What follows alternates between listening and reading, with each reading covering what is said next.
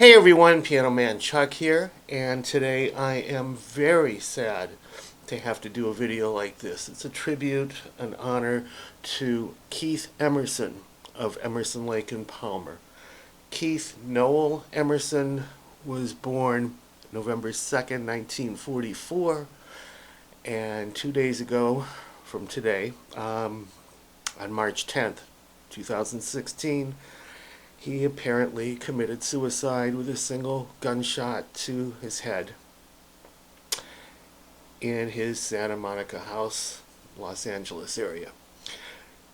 Keith was what I would consider the best pianist, keyboardist, organist, everything. If it had a keyboard, he was the best at it. He would do amazing things on that piano, keyboard, moog, whatever it is he was playing. He was classically trained and mixed that with his jazz love and his interest in synthesizers and came up with something that nobody has ever been able to do with Emerson, Lake and Palmer. And if you haven't heard their music, Google it, search it on YouTube. It really is the best. Keith was my idol since I was a teenager. If it weren't for Keith, I probably wouldn't be doing this. I was classically trained too, just like him.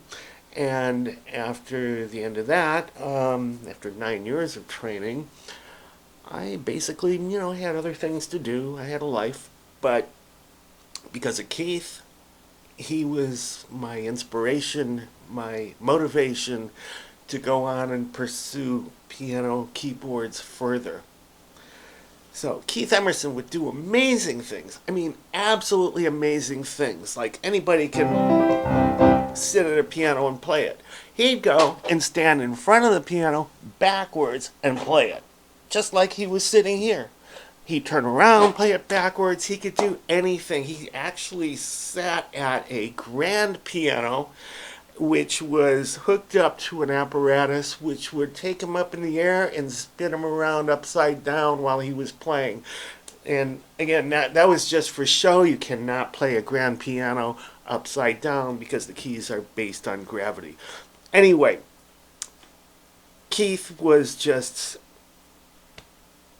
a true inspiration and motivation, and the tears were literally rolling down my face when I heard the news, and I still am teary-eyed right now because of it.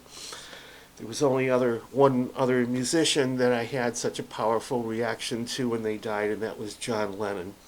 Now, here is a little background on Keith. When you're one of the world's greatest keyboardists, pianists, everything, that is your world. That's what you do. You play and play and play and compose and perform. That's your world. Keith had some degenerative nerve problems. He had carpal tunnel. He had a whole bunch of other things going on. He actually had a nerve graft surgery and everything. And when you are that good and you have these problems that interfere with your God-given ability, it's really a letdown. So, of course, naturally, he went into a depression, which was because of that. I mean, I would do that too. If I played all day long and all of a sudden something happened where I couldn't really play anymore. And with Keith, they tried to fix things up, but he wound up at the end, he could only play with 8 fingers instead of 10. So with a 20% loss of playing fingers, that major depression, he unfortunately took a gun and committed suicide. So, I actually met Keith at the NAMM show 7 weeks prior to his death.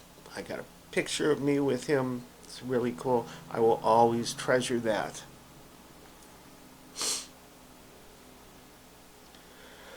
And I tell you, he kind of looked a little bit down at that show. But anyway, without further ado, they have done, Emerson, Lake and Palmer, so many great contributions to music.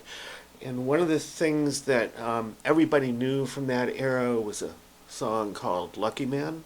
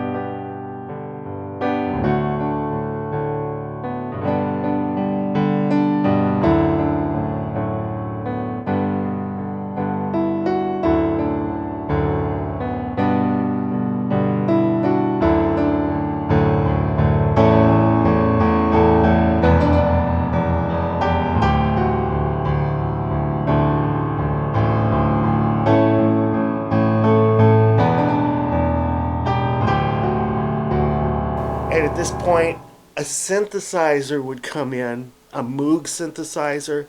It had its own unique sound, and this is what the song was well known for, that Moog synthesizer that Keith played. And if you haven't heard it, you gotta go search for it. It's called Lucky Man by Emerson, Lake and Palmer, and listen to that. You'll probably find it on YouTube somewhere. Well worth listening to. And for those familiar with it, I'm sure it's bringing back a lot of memories. Then there was other things that they did. Greg Lake was also a very talented musician, and he was the lead vocals in that. Carl Palmer was the drummer. So the three of them changed rock and roll history. They termed their group progressive rock. There was some other names to it too, but basically, oh man, what an influence on rock and roll. They were true icons. There were some other things that they did, like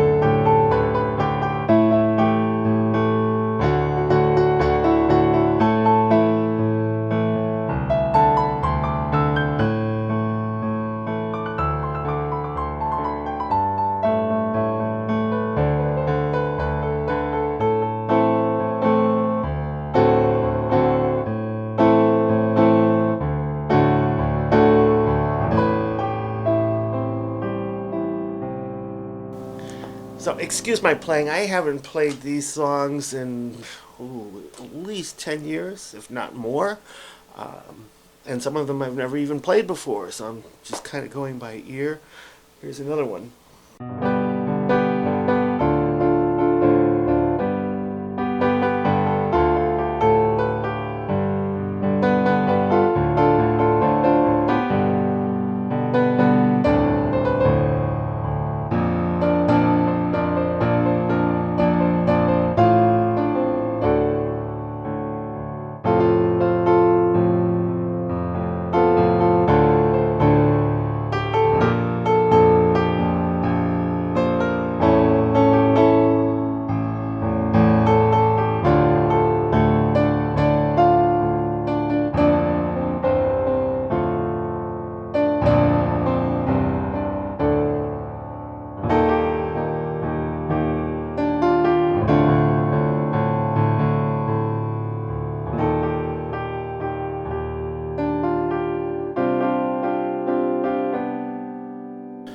Alright, so that's another one.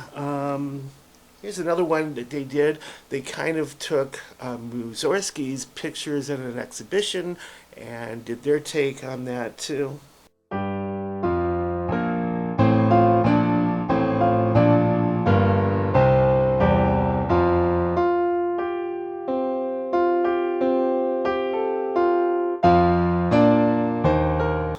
something like that.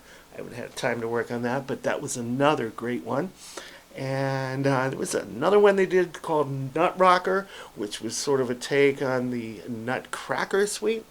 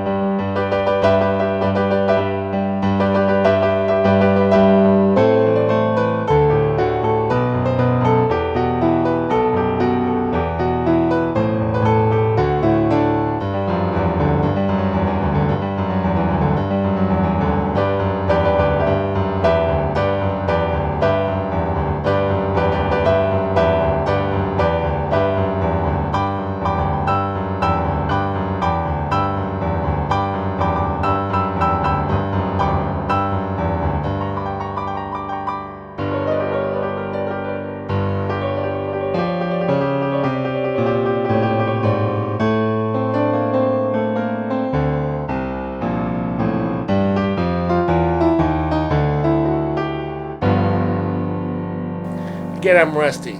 Um, Keith Emerson stuff was definitely not easy to do, but it was a real challenge and it was a real joy to try and play his stuff. So, and there was another one. Let's see if you know this one.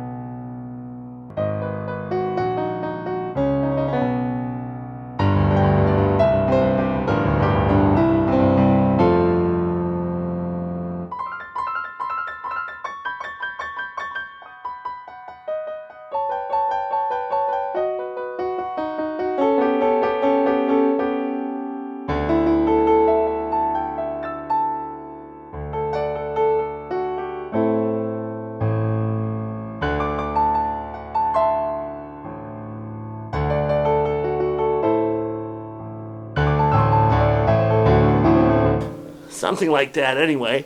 And I mean, there's so many great songs that they did, but I just wanted to get my condolences out to Keith's family, and what a loss. I mean,